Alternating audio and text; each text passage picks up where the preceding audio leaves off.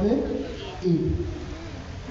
इसके अच्छे अच्छे यूज केसेस हैं, लाइक आप जो है वो किसी एप्लीकेशन के अंदर फिल्टरिंग लगाना चाह रहे हो कि फॉर एग्जांपल एक जो है वो गैलरी बेस्ड एप्लीकेशन है।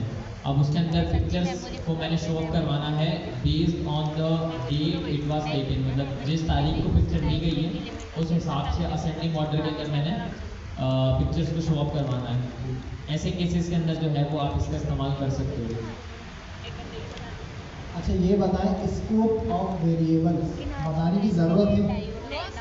नहीं, ये तो पहले बच्चे पढ़ते जा रहे हैं आप। अब आप लोग बताएं स्कोप ऑफ वेरिएबल क्या है?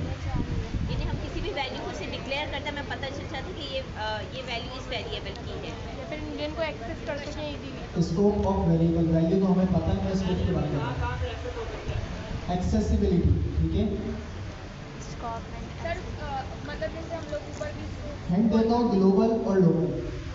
नहीं पढ़ा था। ग्लोबल वेरिएबल और लोकल वेरिएबल। ग्लोबल वेरिएबल क्या होते हैं? वो वेरिएबल जो फाइल के अंदर आप कहीं पे भी यूज कर सकते हैं, चाहे वो फंक्शन के अंदर हो, फंक्शन के बाहर हो, या कहीं पे भी, उस फंक्शन को आप ग्लोबली एक्सेस कर सकते हैं। लोकल वेरिएबल क्या है? लोकल फंक्शन के अंदर ही यूज हो सकते हैं। वो वेरिएबल जो सिर्फ फंक्शन की बाउंड्रीज यानी बॉडी की हद तक ही यूज कर सकते हैं, फंक्शन के बाहर वो यूज नहीं हो सकते, वो क्या कहलाते हैं आपके? Local variable. Local variable type में पढ़े थे आपने, इन डेप्थ इसको पढ़ा था। अभी याद आ गया कॉन्सेप्ट? अब इसको मैं समझाऊं, कोड तो वही है, बस ग्लोबल और लोकल को समझा रहा हूँ। आगे चले। ये चीज हमने पढ़ ली। अब आ जाता है जनरेटर फंक्शन।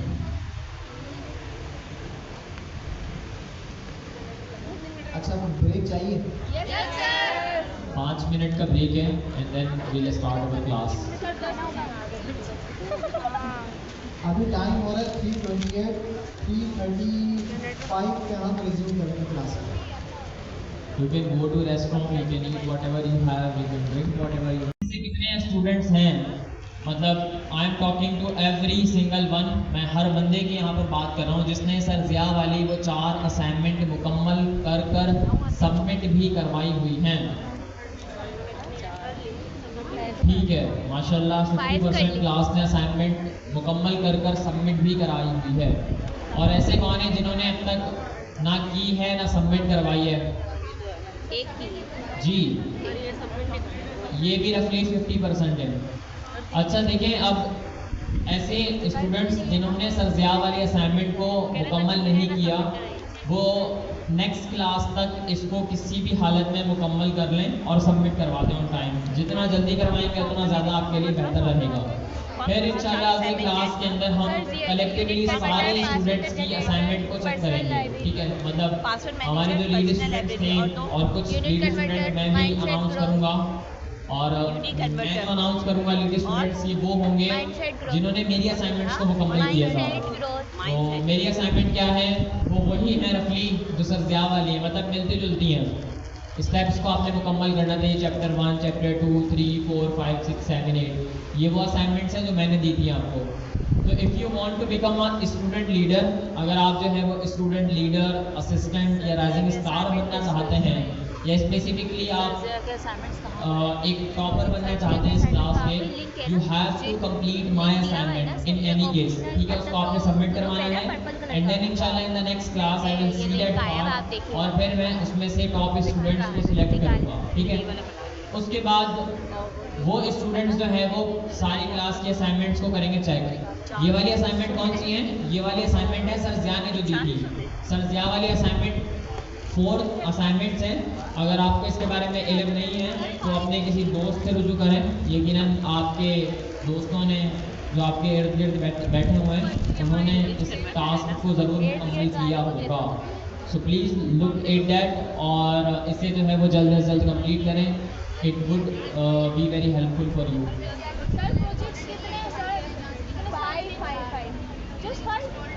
सर ज़िया वाले असाइनमेंट्स मुकम्मल करने हैं आपने।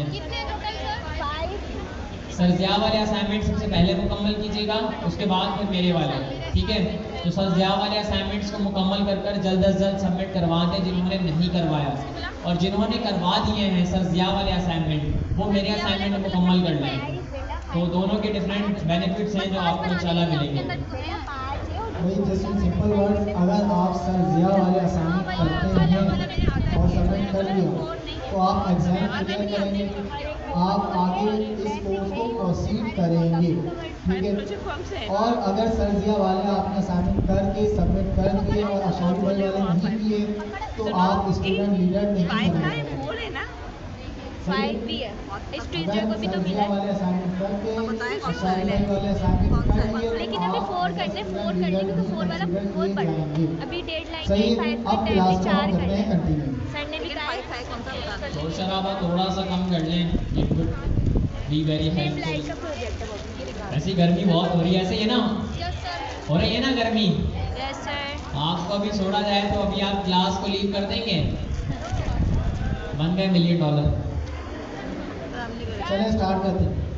अच्छा देखें, ध्यान से जो है वो इस टॉपिक को देखें, इट इज़ वेरी इंपॉर्टेंट और ये आपकी काफ़ी हेल्प करेगा while you are developing the functions.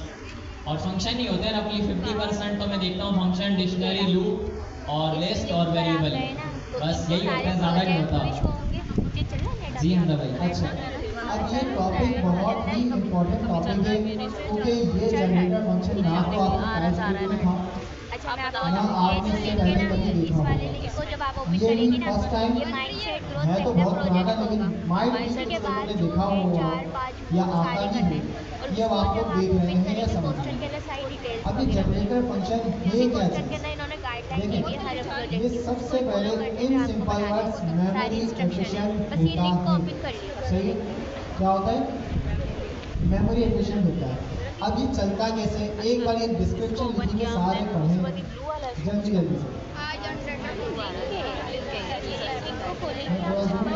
सारे प्रोजेक्ट शो होंगे पांचों, आप एक एक करके खोल के देखें डिटेल। इसको एक बार सारे जल्दी जल्दी से पढ़ें। Generator function in Python is a special type of function. भाई लिखा हुआ है, a generator function in Python is a special type of function that allows you to iterate over a sequence of values without storing an entire sequence in memory। ठीक है, ये line highlighted है, इसको note करिएगा। Instead of returning a single value using return, a generator function uses the yield keyword to produce a series of values once at a time, once on the fly. This makes generator functions highly memory efficient for working with large and infinite sequence। अब बताएं क्या समझ आ रहा है। अच्छा, ये वही बात हो गई, मेमोरी मैनेजमेंट की बात हो रही है। मैं पिछले कुछ क्लासेस से मेमोरी के ऊपर एक डिटेल डिस्कशन कर रहा हूँ और मैंने आपको बहुत सारी रियल वर्ल्ड स्टोरीज भी बताई हैं about consuming the memory of the server, of the APIs you are developing और थिंग्स लाइक दैट। तो कहने का मकसद ये है कि भाई जनरेटर फंक्शन स्पेसिफिकली एक स्पेशल टाइप ऑफ फंक्शन है पाइथन में जो आपको अलाउ करता है आइटरेट करने में on the values without storing the entire function और इट्स वैल्यूज। ये जो है वो सिर्फ स्पेसिफिक वैल्यूज को गेट करेगा एंड देन स्टोर करेगा सो डैट आपका जो फंक्शन है वो काम भी सही तरीके से करे और मेमोरी को भी सही तरीके से कंज्यूम करे। अब ये काम कैसे करता है, इसके यूज केसेस क्या क्या हैं, इसको अभी हम देखेंगे। आइटरेट की मीनिंग बता दें। आइटरेट का मतलब घुमाना जी। ये मोस्टली उन जगहों पे यूज़ होता है जहाँ पे आपके फंक्शंस के अंदर जो आइटरेशन हो रही है वो लार्ज डेटा हो या इनफाइनाइट कोई सीक्वेंस हो जिसकी आपको सीक्वेंस नहीं पता, ये वहाँ पे बहुत ही ज़्यादा मेमोरी एफिशिएंट होता है। सर जैसे शॉर्ट्स और रील्स,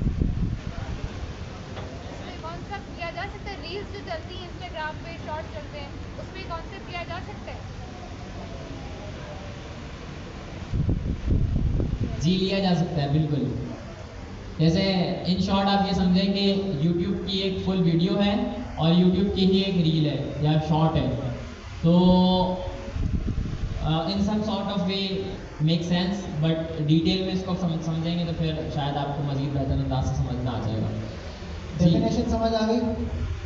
अब इसकी थोड़ी सी की फीचर्स को देखते हैं क्या क्या होंगे। सबसे पहला की फीचर क्या है, लेजी एवेल्युएशन, ठीक है। मतलब ये जब चलता है ये हमेशा एक बार ही चलता है, सही है। उसके बाद मेमोरी एफिशिएंसी, यानी ये मेमोरी को बहुत अच्छा एफिशिएंट रखता है। दूसरे बात, तीसरी चीज़ क्या है, आइट्रेटेबल, यानी ये आइट्रेटेबल है, मीन्स के इसके ऊपर आप लूपिंग कर सकते हैं, लूप चला सकते हैं। चौथा क्या है, रिज्यूमेबल। इसका मतलब क्या है, मतलब जहाँ से आपने इसको स्टॉप किया है वहीं से चलेगा। रिज्यूम का मतलब यही है, जहाँ आप इसको स्टॉप करेंगे वहीं से चलेगा। अब कैसे चलता है, लेट्स सी। सबसे पहले तो सिंटैक्स, कोई सिंटैक्स में चेंज नहीं है। आपने नॉर्मल फंक्शन जैसे बनाते हैं DEF, फंक्शन डेफिनेशन, उसके बाद फंक्शन का नाम, एंड देन डिफरेंस सिर्फ इतना है, रिटर्न कीवर्ड की जगह आपने यहाँ पे क्या लगा दिया, ये क्या, ये लगा दिया, बस। ये इतना सा सिंटैक्स या डिफरेंस है नॉर्मल फंक्शन और जनरेटर फंक्शन में। इसकी पहचान यही है कि हमेशा ये यील्ड का कीवर्ड अपने पास रखता है, सही। अब ये देखते हैं चलता कैसे है। एक अदद मैंने फंक्शन बनाया, अच्छा इसमें मल्टीपल यील्ड भी हो सकते हैं, सही है, मल्टीपल यील्ड भी हो सकते हैं।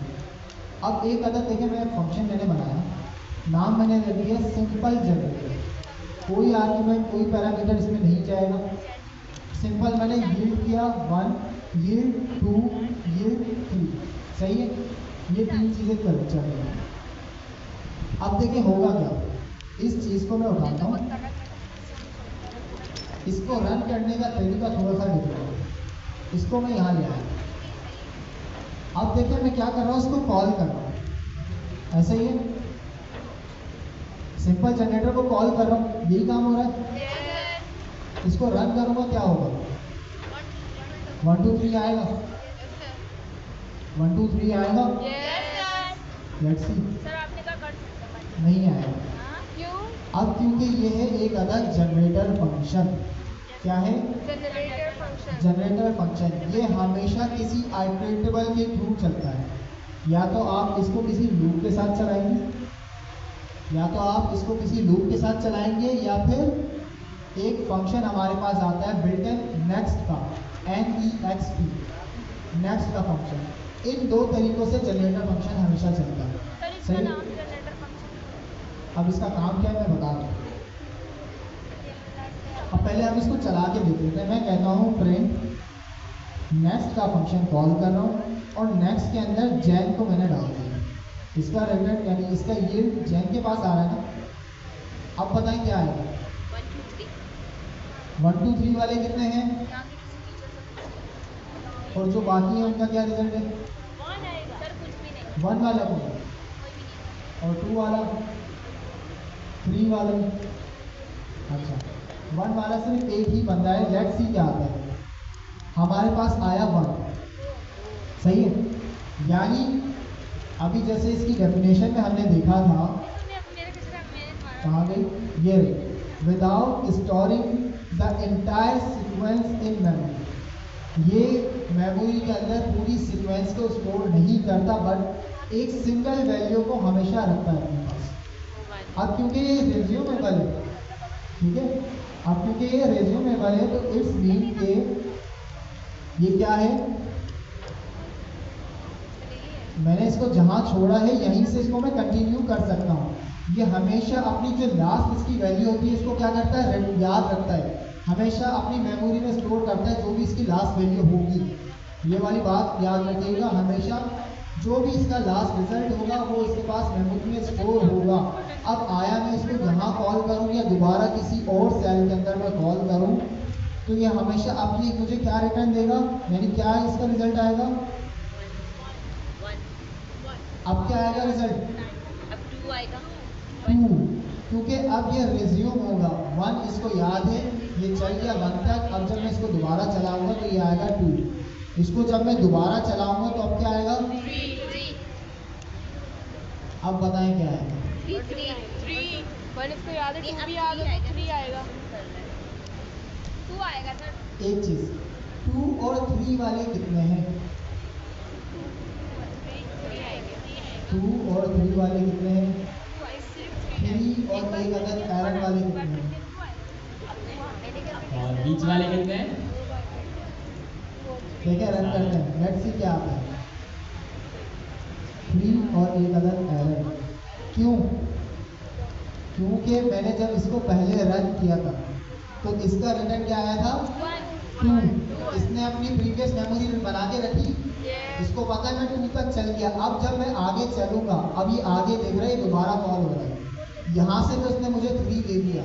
अब क्योंकि मैंने 3 के बाद कुछ भी यील्ड नहीं किया था तो अब ये कह रहा है आगे मेरे पास कुछ भी नहीं है, तो एरर दे दिया। ये वाली बात समझ आ गई? बात समझ आ गई? एक एग्जाम्पल देता हूँ। स्टेयर्स आप लोगों ने देखी है? आप लोग चढ़ते हैं, अब मैंने चढ़ा पहले स्टेप पर, दूसरे पे, तीसरे पे मैं किसी वजह से रुकता हूँ, सही है? तीसरे पे मैं किसी वजह से रुकता हूँ, किसी ने आपको बुला लिया या आपके पास कोई कॉल आ गई, आपने रुके, बात हो गई। अब जब आप दोबारा चलेंगे तो क्या आप दोबारा पहले से चलेंगे?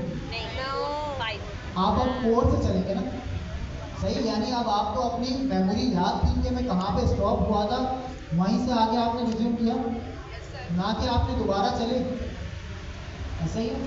तो ये काम है सिंपल सा जनरेटर फंक्शन का, सही है? बात समझ आ इसके और यूज केसेस भी हो सकते हैं। फॉर एग्जांपल यूट्यूब की आप वीडियो एक डाउनलोड करते हैं और वो आपकी इनबिल्ट यूट्यूब की मेमोरी में सेव हो जाती है, मतलब आपके मोबाइल फ़ोन के अंदर सेव हो जाती है। And even you does not have the internet connection, आपके पास इंटरनेट का कनेक्शन भी नहीं होता है, you will be able to watch out that memory और वीडियो। तो स्पेसिफिकली ये वाली फंक्शनैलिटी आप जनरेटर फंक्शन के ज़रिए भी अचीव कर सकते हैं, क्योंकि ये मेमोरी एफिशिएंट है। आपने एक वीडियो को डाउनलोड किया, ठीक है, और उसके बाद आप सिंपल एज दैट अपने इंटरनेट को ऑफ कर उस वीडियो को देख रहे हैं। अब जैसे ही आपने अपने इंटरनेट को ऑन किया तो आपके पास रिकमेंडेशंस आ गई लेटेस्ट वीडियोस की based on the video you are watching. तो इस फंक्शनैलिटी को आप जनरेटर फंक्शन की मदद से भी अचीव कर सकते हैं और इसे सिंपल भी आप बना सकते हैं। बट स्पेसिफिकली इस फंक्शन का इस्तेमाल हम मेमोरी मैनेजमेंट के लिए करते हैं, so that cost efficient APIs बनाई जा सकें, कॉस्ट एफिशिएंट डेटाबेसेस बनाए जा सकें, और in the most simple words memory को सेव किया जा सके। So that's the total use case of the generator function in Python. समझ आ गया? अब नॉर्मल फंक्शन जैसा हमारा होता है, मैं उसको जितनी बार कॉल करूँगा वो हर बारी कहाँ से चलेगा? स्टार्टिंग से, शुरू से। हर बारी शुरू से चलेगा तो मेमोरी मेरी कंज्यूम हो रही है हर बार।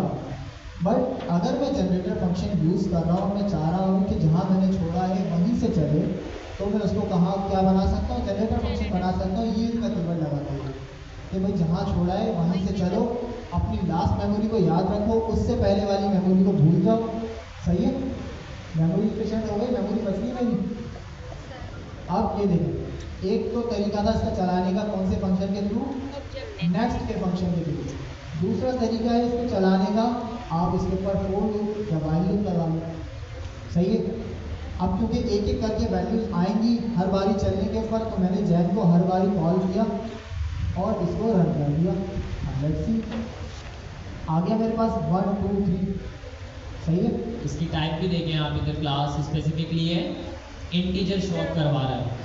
अच्छा, एक चीज़ तो जहन में रखिएगा, ये जितने भी हमारे पास स्पेशल कीवर्ड्स हैं पाइथन के अंदर, हर एक का डिफरेंट काम है और हर एक की डिफरेंट फंक्शनैलिटी है। So you always have to remember and know the functionality of the keyword you are using in Python. जैसे यहाँ पर हमने yield के कीवर्ड को देखा, तो जब भी आप yield के कीवर्ड को देखेंगे तो आपने समझ जाना है कि भाई स्पेसिफिकली ये जनरेटर फंक्शन के अंदर इस्तेमाल किया जा रहा है या फिर ये एक जनरेटर फंक्शन है। इसी तरीके से हमारे पास और भी डिफरेंट कीवर्ड्स होते हैं जिनके डिफरेंट मीनिंग्स और यूज केसेस होते हैं। So you always have to know the meaning of the keyword you are using in Python. ठीक है। अब जैसे एक यूज केस यहाँ पे एक मैंने इनफाइनाइट लूप बनाया है, सही है? एक इनफाइनाइट फंक्शन लूप बनाया है, फंक्शन है इनफाइनाइट सीक्वेंस, उसके अंदर नम है फिलहाल 0। अब मैंने कर दिया वाइल ट्रू, अब जब तक वाइल ट्रू है ये चलता रहेगा, सही है? मैंने यील्ड कर दिया नम, ठीक है? यानी चलेगा, फिर रुक के फिर चले जाएगा ऊपर, यानी एक बार चला फिर नम के अंदर इसने 1 प्लस किया, नम हो गया 1, फिर ये दोबारा ये इनफाइनाइट सीक्वेंस में चलता रहेगा। लेट्स सी, अभी देखें फंक्शन कॉल नहीं किया।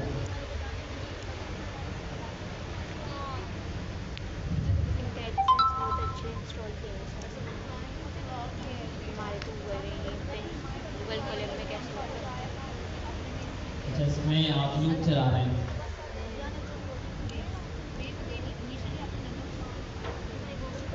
फिलहाल अभी देखें मैंने इसको नॉर्मल फंक्शन बनाया, सही है, ये इनका कीवर्ड हटा दिया। अब देखें 1 उसकी शीट का लिंक आएगा ना, लिंक चाहिए बस। गूगल को लिंक का एक फाइल होता है, उसकी फाइल कोई भी डायरेक्ट खोल सकता है, उसकी लिंक से। और दूसरी बात है वो एक सिलेबस के फॉर्मेट में शो होता है, एक तो कोड होता है, एक दूसरी तरफ भी शो होता है कंप्यूटर के अंदर।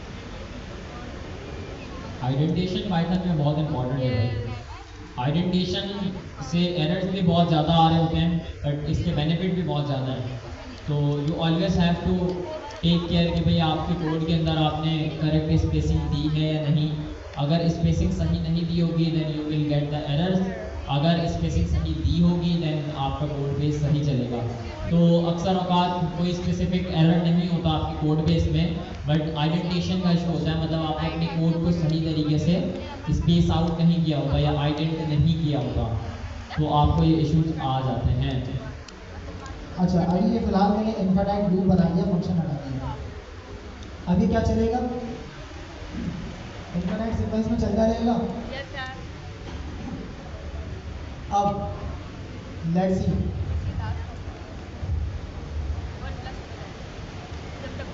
अभी क्योंकि मैंने इसको प्रिंट नहीं किया हुआ तो कुछ भी मेरे पास प्रिंट नहीं आएगा, लेकिन ये चल रहा है मेरे पास क्या, इनफाइनाइट।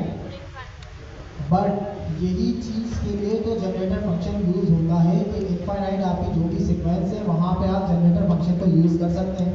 अब यहाँ पे देखिए एक मेरे पास इनफाइनाइट सीक्वेंस जनरेट हो रही है, विद द हेल्प ऑफ ये कीवर्ड से मैंने इसको जनरेटर फंक्शन बना दिया। यानी एक बार चलेगा रुक जाएगा, दूसरी बार चलेगा फिर रुक जाएगा, तीसरी बार चलेगा फिर रुक जाएगा, चौथी बार चलेगा फिर रुक जाएगा।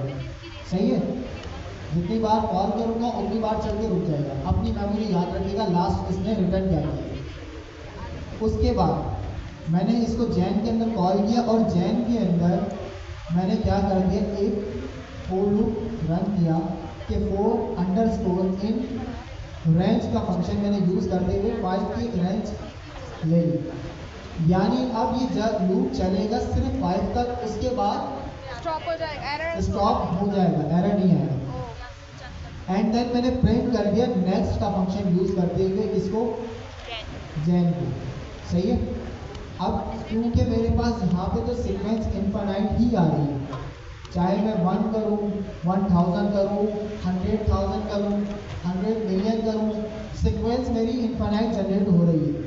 अब वो मेरी मर्जी है मैं कितनी सीक्वेंस को प्रिंट करवाना चाह रहा हूँ। सही है, अब क्या है ये मेरी मर्जी है मैं कितनी सीक्वेंस को प्रिंट करवाना चाह रहा हूँ। भाई यहाँ पे मैंने लिख दिया 100, अब ये कितनी दफ़ा प्रिंट होगा, 100 दफ़ा, लेकिन लास्ट नंबर क्या होगा आपका 99। आगे हमारे पास तो ये काम था किसका, जनरेटर फंक्शन का, कि आप इसकी सीक्वेंस को कंट्रोल कर सकते हो। यहीं पे अगर ये मेरा नॉर्मल फंक्शन होता तो ये इनफाइनाइट चल रहा होता, उसके ऊपर मैं आइटरेशन नहीं लगा सकता था। बात समझ आ गई जनरेटर फंक्शन की। मतलब इन शॉर्ट लब्बे लुआब ये है कि भाई आप एफिशिएंट फंक्शन बना सकते हो, ऐसे फंक्शन जिसमें खतरा जो है वो थोड़ा कम होता है। मतलब फॉर एग्जांपल आपने एक लूप चला दिया, उसके बाद आप भूल गए, अगले दिन आप आकर देखते हो तो लैपटॉप जो है वो आपका बिस्मिल्लाह हो जाता है। तो मैं एक वीडियो देख रहा था, कोई बंदा था, उसका कोई लैपटॉप था बहुत ही पुराना, मतलब कोई 2010 या 2005 का कोई लैपटॉप होगा। उसके अंदर वो कोडिंग कर रहा है और पाइथन में जो है वो उसने चला दी फॉर लूप, और चलाकर उसने छोड़ दिया और लैपटॉप को लगाया हुआ चार्जिंग पे। उसके बाद जो है वो 3 घंटे बाद आता है और लैपटॉप जो है वो फटा हुआ होता है, मतलब लैपटॉप की दजियाँ जो है वो उड़ी हुई होती हैं। तो कहने का मकसद ये है कि अब जाहिर सी बात है जितनी भी रैम थी उसकी जितनी भी रोम थी वो सारी की सारी कंज्यूम कर ली। अब सिस्टम में जान ही नहीं है तो वो बर्दाश्त कैसे सिस्टम में करेगा। जान नहीं है। देन जस्ट मामला जो है वो इसका फिनिश हो गया।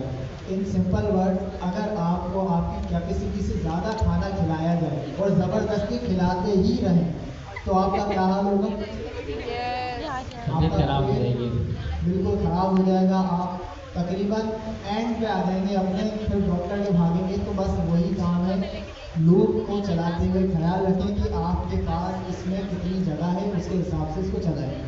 जी अपने आप के अंदर ये बहुत इंपॉर्टेंट चीज़ है। अच्छा, ये इसी तरीके से ढूंढना अगर पड़ेगा आपको ये पता है कि आपने अपने प्रोग्राम के अंदर कितनी मेमोरी यूज की है इन टोटल मेमोरी के ऊपर, फॉर एग्जांपल मैं 1 लाख बंदे एक साथ, कोई आपने एपीआई बनाई हुई है फास्ट एपीआई में और 1 लाख बंदे एक साथ उस एपीआई को कॉल करते हैं तो वो लाइट वेट होगी, हार्ड वेट होगी, सर्वर को क्रैश तो नहीं करेगी, सीपीयू की मैनेजमेंट इसमें सही होगी या नहीं। तो इन चीज़ों के लिए आपको ऐसे स्पेसिफिक और स्पेशल फंक्शंस के बारे में नो हाउ होना ज़रूरी है। और इसके बहुत सारे यूज केसेस हैं, मतलब मेमोरी मैनेजमेंट के साथ साथ आप और भी बहुत सारी चीज़ें कर सकते हो इसका इस्तेमाल करते हुए। जैसे मैंने आपको एक एग्जाम्पल दी थी यूट्यूब वाली, इसके साथ साथ और भी इसके मल्टीपल यूज केसेस निकल सकते हैं। अच्छा जी, अब आते हैं हमारे पास रिकर्सिव फंक्शन। ये बहुत इंपॉर्टेंट टॉपिक है भाई। पाइथन के अंदर, सॉरी टाइप स्क्रिप्ट के अंदर हमारे पास क्या था भाई? सेम ही था ना, रिकर्सिव फंक्शन ही थे हमारे पास। किस किस को याद है टाइप स्क्रिप्ट वाले रिकर्सिव फंक्शन? जी एनीबडी? जी आप बताएं, बिल्कुल लास्ट से जिन्होंने हैंड रेज किया। जी जी आप ही हैं, पीछे की तरफ देख रहे हैं भाई। जी फंक्शन अपने आप को खुद से कॉल करे, वो कहलाता है क्या? Recursive function. रिकर्सिव फंक्शन यानी ऐसा फंक्शन जो अपने आप को खुद कॉल कर रहा है। ठीक है, कोई और बताएगा इसकी कोई और डेफिनेशन? सारे फंक्शन तो खुद ही कॉल होते हैं। खुद नहीं कॉल होते, आप उसको कॉल कर रहे होते हैं। ये रिकर्सिव फंक्शन वो होते हैं कि वो अपनी बॉडी के अंदर अपने आप को ही कॉल कर रहे हैं। इट्स मीन कि ये मेरा मोबाइल है, इसमें मेरा कोई नंबर है, मैं अब अपने आप को ही कॉल करके अपने आप से बात करना चाहता हूँ। यार ये व्हाट्सएप में फीचर आया ना, अपने आप को मैसेज करते हैं। कौन कौन इसका इस्तेमाल कर रहा है? सभी कर रहे हैं भाई। मैं पहले बहुत कभी कभार मैं दोस्तों को मैसेज भेज रहा होता था, कभी कभार जो है वो अपने किसी दूसरे तीसरे नंबर पर मैसेज भेज रहा होता था। अब फाइनली एक अच्छा फीचर आया है, जो भी इंपॉर्टेंट चीज़ है वो अपने आप को ही भेज रहा होता हूँ। सो अब मसले मसाइल कम होता है। नहीं, मैं पहले ना जी इस फीचर से पहले मैं फेसबुक मैसेंजर पे अपने आप को भेजता था, वहाँ पे फीचर ऑलरेडी था। हाँ वहाँ पे था बिल्कुल। इंस्टाग्राम पे भी शायद था, नॉट रॉन्ग। इंस्टाग्राम पे था सर, हाँ पे इंस्टाग्राम यूजर्स था। हाँ अच्छा, अब टॉपिक पे आ लेते हैं। रिकर्सिव फंक्शन समझ आ गया, अपने आप को खुद से कॉल करना है। तो जो फंक्शन अपनी बॉडी के अंदर अपने आप को खुद कॉल कर रहे होते हैं वो क्या कहलाते हैं? Recursive function. अब इसका कोड देख लेते हैं। आप लोगों ने आई होप कि आप लोगों को याद हो कि टाइप स्क्रिप्ट में क्या काम था और कैसे चलता था।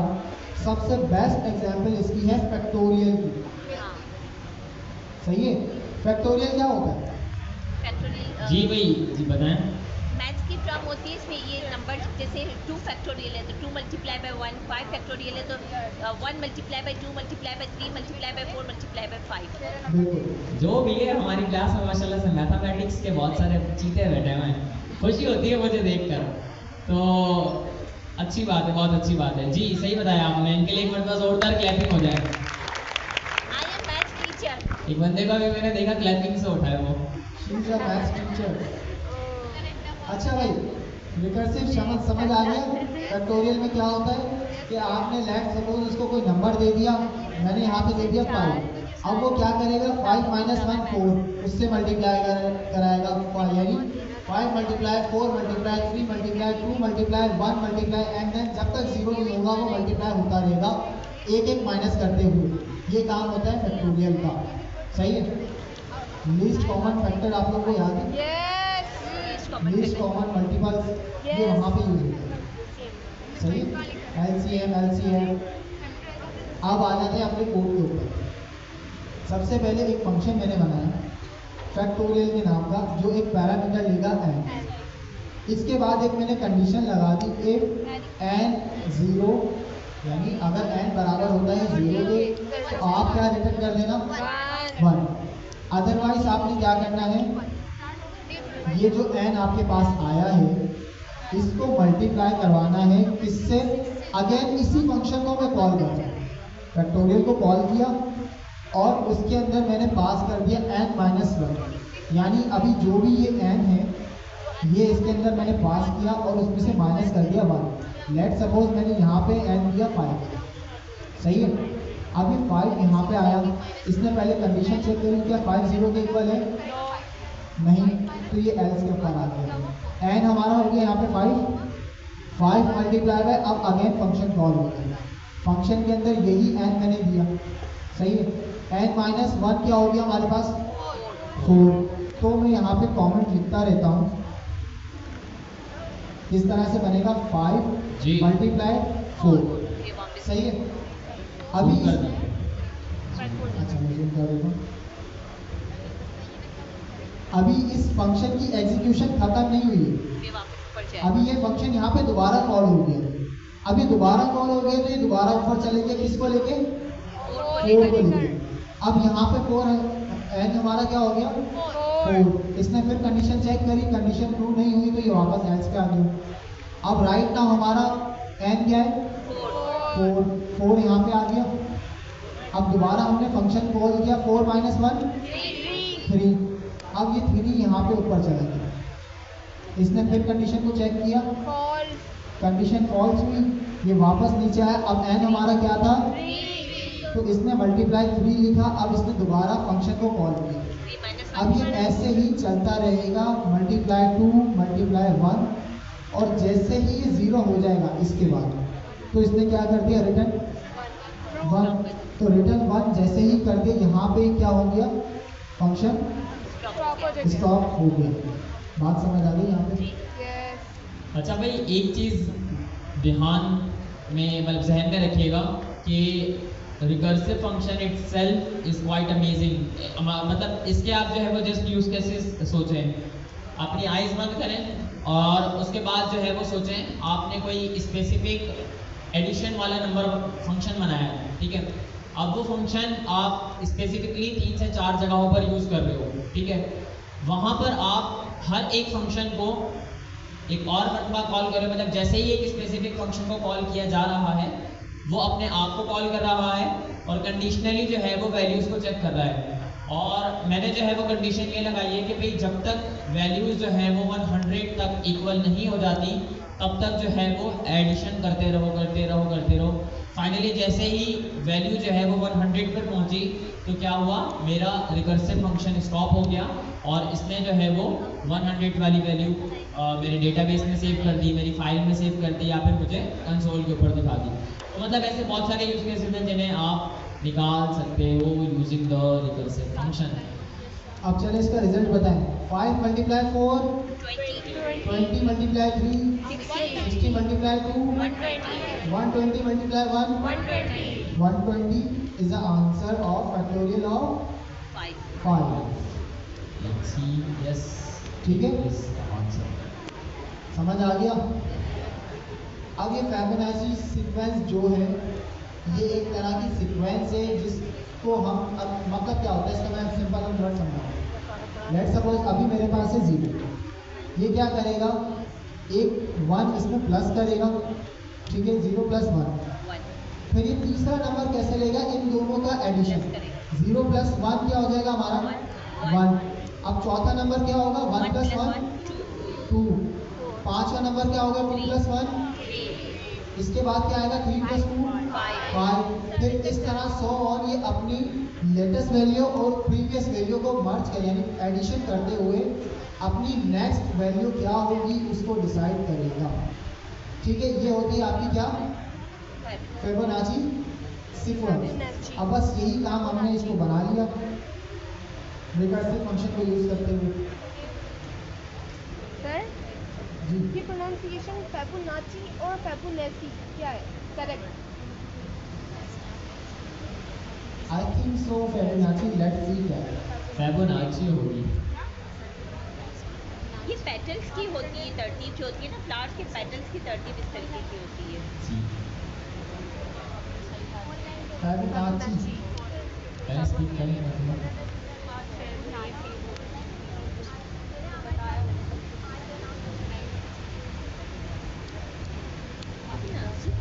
नाची तो नहीं पढ़ा।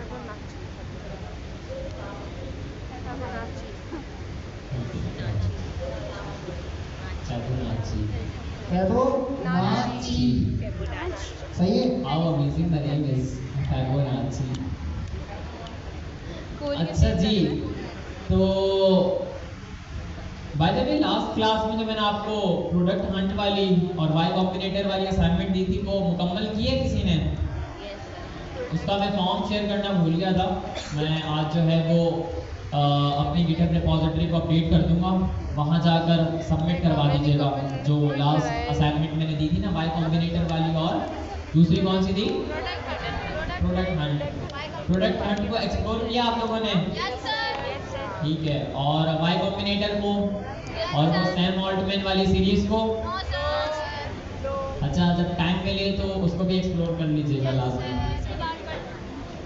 अब भाई ये फिबोनाची सीक्वेंस हमने रिकर्सिव फंक्शन को यूज करते हुए बना ली, यानी प्रीवियस में से 1 माइनस करना, उसमें प्लस, लेटेस्ट में से 2 माइनस करना और सो ऑन, इस तरह से चलता रहेगा। अब ये कुछ डिसएडवांटेज हैं रिकर्सिव फंक्शन के, ठीक है, ये सारे आप एक बार पढ़ लीजिएगा। कहाँ यूज़ करना है रिकर्सिव फंक्शन ये भी एक बार पढ़ लीजिएगा। मल्टी रिटर्न इन फंक्शन, भाई सिंपल है, आपने मल्टीपल वेरिएबल्स को रिटर्न कर रहे हैं। लाइक एक फंक्शन मेरा बना हुआ है ए बी, उसके बाद पोजिशनल कीवर्ड आर्ग्यूमेंट्स वाली पोजिशनल मल्टी आर्ग्यूमेंट्स और मल्टीपल कीवर्ड आर्ग्यूमेंट्स, सही है। ये कुछ चीज़ें हैं जो मेरे पास फंक्शन के पैरामीटर हैं। अब मैं इसका रिटर्न क्या कर रहा हूँ? सबसे पहले तो सम ऑफ ए बी, ठीक है, ए और बी का सम आ जाए।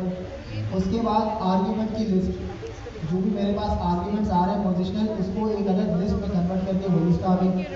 फिर उसके बाद कीवर्ड आर्ग्यूमेंट्स, क्योंकि ऑलरेडी डिक्शनरी होती है तो मुझे ज़रूरत नहीं है मैं इसको कन्वर्ट करूँ किसमें? डिक्शनरी में, सही है। जो भी चीज़ें मेरे पास आ रही हैं मैंने सारी चीज़ें रिटर्न कर दी। अब आप लोग बताएं इसका रिजल्ट मेरे पास क्या है? जब एक क्वेश्चन है विच इज दैट कि ये keywords argument is wise is it dictionary, dictionary ही क्यों है? डिक्शनरी ही क्यों है? अब देखिए भाई, आप इसको पास कर रहे हैं कीवर्ड आर्गुमेंट। कीवर्ड आर्गुमेंट किस तरह से पास करते हैं? जैसे आप वेरिएबल बनाते हैं, सबसे पहले name is equal to Hamza. अब अशारी में इसकी जगह एक की बन रही है नेम और बन रही है वैल्यू हमजा। अगर मैं इसको डिक्शनरी ना बनाऊं, की वेरिएबल है और वैल्यू हमजा है, हाँ ठीक है। अब अगर मैं इसको डिक्शनरी ना बनाऊं तो ये क्या कहलाएगा? आपका पोजिशनल आर्गुमेंट हो जाएगी। अगर मैं जस्ट वैल्यूज को स्टोर करता रहूं, तो इस चीज़ को डिफ्रेंशिएट करने के लिए हम इसको एज अ डिक्शनरी ले रहे हैं कि भाई की भी आए और वैल्यू भी आए, ताकि हमें पता है कि जो पास हमने किया है वो किस सीक्वेंस में किया था, कीवर्ड आर्गुमेंट्स में किया था। Perfect, that's amazing. By the way Hamza भाई के लिए एक मरतबा जोरदार क्लैपिंग हो जाए। ये सर कासिम के भाई हैं ना, सर कासिम माशाल्लाह से पाइथन के जीते हैं। मतलब मुझे मजाज ऐसा लगता है कि उनसे अच्छी पाइथन मैंने नहीं देखी पाकिस्तान में होगी किसी की। तो भाई ये तो जीन्स जो है वो ट्रांसफर हो रहे हैं जी हमजा भाई। ठीक है, लेकिन ये चीज़ जीन्स में नहीं आती है। हाँ, बाय द वे जो भी है स्पेसिफिकली इन्होंने मेहनत बहुत की है। मतलब इनको मैं अपनी पहली क्लास से जानता हूँ और ये तब से मैं इनको देखता हुआ आ रहा हूँ। बस ये आगे बैठते थे और सर जिया जो बोल रहे हैं ना बस करे जा रहे। पाइथन इनकी बेहतरीन है, बट टाइप स्क्रिप्ट में थोड़े ये थे, फिर अब बेहतर हो गई थी वक्त के साथ साथ। टाइपस्क्रिप्ट में थोड़ा सा वीक था, लेकिन एक बार जब टाइपस्क्रिप्ट अच्छे से समझ आ गई उसके बाद पाइथन को समझना मुश्किल ही नहीं है। अच्छा, ये चीज़ समझ आ गई। अब मेरा सवाल ये था, मैंने 3 वेरिएबल रिटर्न किए। कितने वेरिएबल रिटर्न किए? 3। अब अगर मैं इसको किसी वेरिएबल में स्टोर कराता हूँ, फंक्शन का रिटर्न जब मैं कहीं स्टोर करवाता हूँ वो तो आपको पता है आगे तक। अब इसके अंदर रिटर्न क्या आएगा? जब मैं रिजल्ट प्रिंट करवाऊंगा तो कौन सा वेरिएबल रिजल्ट के अंदर आके स्टोर होगा? तीनों होंगे, सभी होंगे। जल्दी बताएं। एग्जाम्पल फंक्शन को मैंने रिजल्ट में कॉल किया है, यानी अब एग्जाम्पल फंक्शन को जो भी रिटर्न होगा वो रिजल्ट के अंदर आ जाएगा। अब रिजल्ट के अंदर क्या आएगा देखें गौर से, ये तो था मेरा क्या ए और ये हो गया मेरा बी, इन दोनों का सम हो गया 3, ठीक है। उसके बाद ये हो गया मेरे पोजिशनल आर्ग्यूमेंट्स, यानी ये एक अदद लिस्ट बन जाएगी। उसके बाद ये नेम और सिटी मेरे हो गए क्या कीवर्ड आर्ग्यूमेंट्स, तो ये एक अदद बन जाएगी डिक्शनरी। अब मैंने ये तीनों रिटर्न कर दिए। अब पता है रिजल्ट के अंदर क्या चीज़ आगे स्टोर होगी, यानी लिस्ट या फिर डिक्शनरी।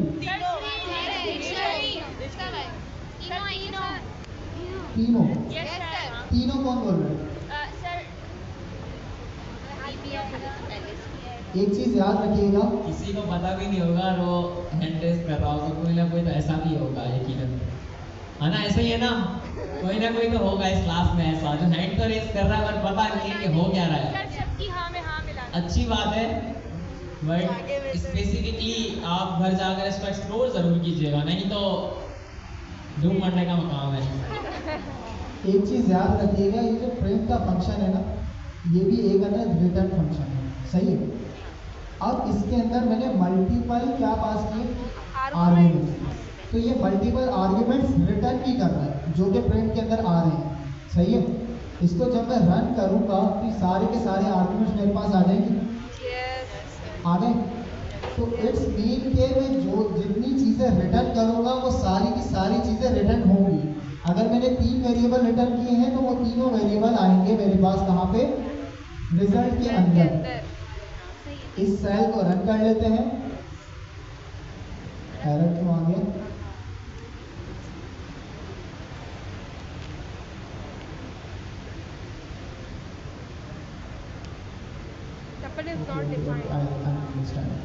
टपल जो हमने टाइप दी हुई है ये कैपिटल P से दी हुई है, हम दे सकते हैं, बट उससे पहले फिर हमें काम करना पड़ेगा, हमें टपल इंपोर्ट करना पड़ेगा टाइपिंग से।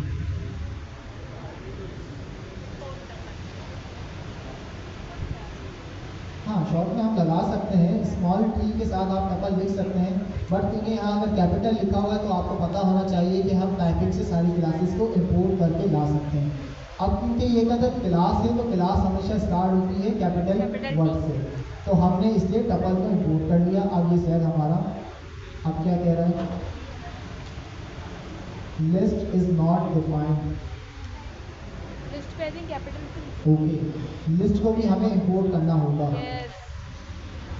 अच्छा, ये टाइपिंग वाले मॉड्यूल से ये बिल्ट इन है ना हमजा भाई? हाँ, टाइपिंग बिल्ट इन है और इसके अंदर से हमें तमाम तर टाइपिंग मिल जाती है, ऐसी है ना? जी हाँ, डिक्शनरी भी इंपोर्ट करनी पड़ेगी। और भी कुछ है तो मैं इंपोर्ट कर लूँ? मैंने सारी टाइप्स तो इंपोर्ट कर लिया, जो भी एरर होगा चले जाए। अभी फिर है, अच्छा चले जा, चला गया चल गया सर, सही है। ये मेरा क्या था, सम ऑफ ए बी, ये मेरी क्या थी लिस्ट, और ये मेरा क्या था कीवर्ड आर्गुमेंट। आ गई समझ? Multi return. अब ये एक बार डायग्राम समझ लीजिएगा और फिर ये सारी चीज़ें हमारे पास एंड होता है मॉड्यूल एंड फंक्शन। आगे चलते हैं जल्दी से चैप्टर 9 पे, ताकि आप लोग अपना एग्जाम तो क्लियर कर सकें। एक्सेप्शन हैंडलिंग बहुत ही आसान चैप्टर है। स्पेसिफिकली जस्ट आपको एक ही चीज़ के बारे में इसमें पता होना चाहिए, ट्राई एंड एक्सेप्ट का ब्लॉक कैसे काम करता है। इस चैप्टर में मेरे ख्याल में कोई इतनी ज़्यादा चीज़ें नहीं हैं, जस्ट 3 से 4 चीज़ें। सबसे पहले ट्राई, एक्सेप्ट, एल्स और फाइनली। उसके बाद एक कीवर्ड है एरेज। उसके बाद हम अपने कस्टम एरर्स किस तरह से बनाते हैं, बस ये 3 चीज़ें इस चैप्टर में। सर एग्जाम में चैप्टर 9 तक ही आएंगे ना? इस चैप्टर एग्जाम आपका चैप्टर 9 तक आएगा। सर आपने 11 बोला, क्या बताएं? 11 कह रहे आपने। 11 कह रहा था मैं, 11 वैसे हमें कंप्लीट करने थे, so that's why I was saying 11, but मुझे बाद में बताया सर ने कि फिर 9 से करेंगे, मतलब पहले हमारा 11 का था, फिर 9 हो गया बाद में। पहले तो हम सोच रहे थे कि चैप्टर 11 तक ही आप लोगों का एग्जाम रखा जाए, बट बाद में हमने चैप्टर 9 लंबी लंबी डिस्कशंस होती हैं। ऑफिशियल जो टीम का हमारा ग्रुप है ना, उसमें हम डिटेल डिस्कशन करते रहते हैं। सर जिया बोलते हैं भैया ये करना चाहिए, सर हीन बोलते हैं ये करना चाहिए, फिर पूरी टीम, फैकल्टी, लीड, असिस्टेंट वो सारे अपने अपने जो है वो पॉइंट्स जो है वो देते हैं। देन फिर हम कंक्लूजन करते हैं कि भाई हाँ ये काम हम अब ऐसे करेंगे, एग्ज़ाम लेना है ऐसे लेंगे, ये काम ऐसे करेंगे, ये काम ऐसे करेंगे। तो ऐसा सीन चलता रहता है। टीम के एक चीज़ को डिसाइड करने में बहुत टाइम लगता है। अच्छा ये सर आगे की क्या एग्जाम्पल दी थी, मेरे को इस बारे में नहीं पता है कुछ लगेगी, लेकिन मैं इसको समझाने की कोशिश करता हूँ। भाई आप लोग ग्लेडिएटर खिलाते हैं, अभी क्या पहना हुआ है, अपना आर्मर सूट पहना हुआ है, सही है। अब इसके ऊपर कोई आगे तलवार से हमला करता है, इसके सूट पे क्या है, इसको लगेगी? नहीं लगेगी। और अगर ये अपना आर्मर सूट उतार के फिर कोई इस पे हमला करे, फिर तो लगेगी ना। अब इसी तरह हमारा कोड जो के ब्लॉक ऑफ कोड कहलाते हैं ना, ये आपके एक अदर कोड का आर्मर सूट है, सही है। अगर से अपने कोड को आप आर्मर सूट पहनाते हैं यानी ट्राई एक्सेप्ट में रखते हैं, तो उसके पास कोई एरर आए या कोई बग आए या कोई हमला कर दे, उसको कुछ नहीं होगा, सही है। लेकिन अगर आप ट्राई एक्सेप्ट नहीं लगाते, आर्मर सूट उतार देते हैं, तो फिर क्या होगा, कोई एरर आ जाए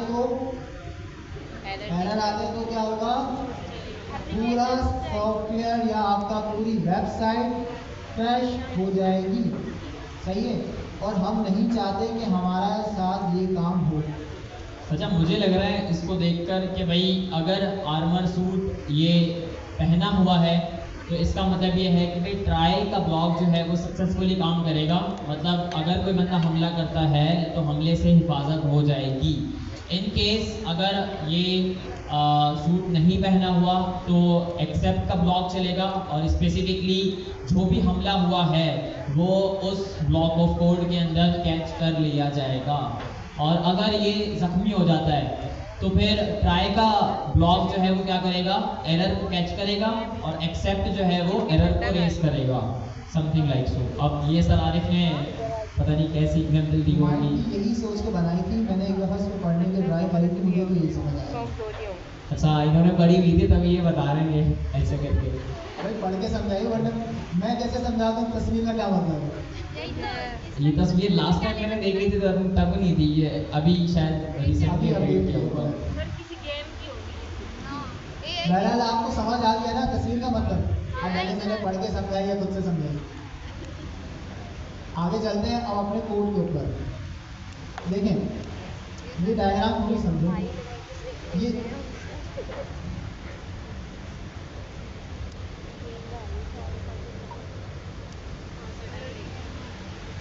विजिबल है, इससे ज़्यादा जूम करूँगा तो शायद समझ भी ना आए।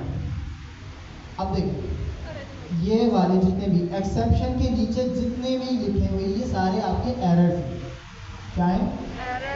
एक्सेप्शन के नीचे जितने भी हैं वो सारे एरर्स हैं। अब जैसे अर्थमेटिक एक्सेप्शन जो है वो ये है, उसके बाद आपकी नॉर्मल जो भी एक्सेप्शन है वो सारी ये सारी है, एंड देन सो ऑन, ये सारे just in simple word error. ये वो सारे एरर्स हैं जिन्होंने आपको परेशान किया हुआ है। दिन रात जो आप एरर्स देख रहे होते हैं ना, वो एटलीस्ट इनमें से कोई ना कोई एक एरर होगा। तो देख लें भाई ये है वो एरर्स जो बिहाइंड द सीन आपको परेशान कर रहे होते हैं। अब इसमें से एरर आपको कौन से देखें? Syntax error, system error, type error, value error, name error, index, module not found, recursive error, time out error और file not found error, overflow, zero division, run time warning, इस तरह से बहुत सारे एरर हैं जो आप लोगों ने देखे होंगे या ऑलमोस्ट सारे ही देखे होंगे। अच्छा एक बात बताऊं, मैं आपको एक छोटी सी टिप दूंगा, personal tip, which is that कि आप जो है ना वो इन एरर्स को सही तरीके से समझ लें। मतलब ये देख लें कि भाई हर एक एरर की डेफिनेशन क्या है, काम क्या है और मतलब क्या है, ठीक है।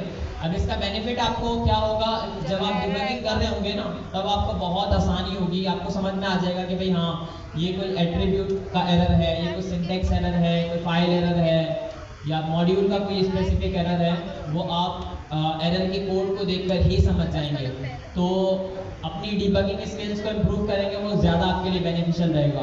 कोड तो आप चैट जीपीटी से भी लिखवा सकते हैं ना, तो चैट जीपीटी आपको अगर बगी कोड राइट डाउन करके देगा तो उसको फिक्स कौन करेगा? आप ही करेंगे। और एटलीस्ट रिजॉल्व करने के लिए आपको इन एरर्स की रियल मीनिंग तो पता होनी चाहिए ना। Yes sir. अब्दुल्ला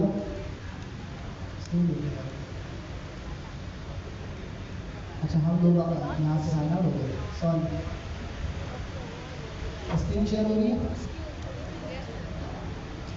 सही है। ये सारे आपके क्या हैं? एरर्स। ये सारे एरर्स आते कहाँ से हैं? किस क्लास से निकलते हैं? एक्सेप्शन की एक अदद क्लास बनी हुई है बिल्डर। ये सारे एरर्स आपके एक्सेप्शन की क्लास से निकलते हैं, और ये एक्सेप्शन की क्लास किस क्लास से बनी है? बेस क्लास से। बस ये डायग्राम यही समझा दें। सही है। अब आगे चलते हैं। ये डायग्राम हमें जब कस्टम हम अपने एरर्स बनाएंगे वहाँ ज़्यादा समझ आएगी। अच्छा, इन शॉर्ट ये जो हम लेसन पढ़ रहे हैं एक्सेप्शन हैंडलिंग, एक्सेप्शन हैंडलिंग का मतलब ये है कि आप एरर्स को ग्रेसफुली कैसे हैंडल करेंगे। अगर कोई एरर आ जाता है तो यूज़र को क्या दिखाना है, उस एरर को रिजॉल्व कैसे करना है, अपनी एप्लीकेशन को कंटिन्यू कैसे करना है, इन तमाम तर टास्क को आप इस लेसन के अंदर देख रहे होंगे। स्पेसिफिकली इस लेसन के अंदर एक ही चीज़ है जिसको समझने की नीड है, वो है ट्राई एंड एक्सेप्ट का ब्लॉक।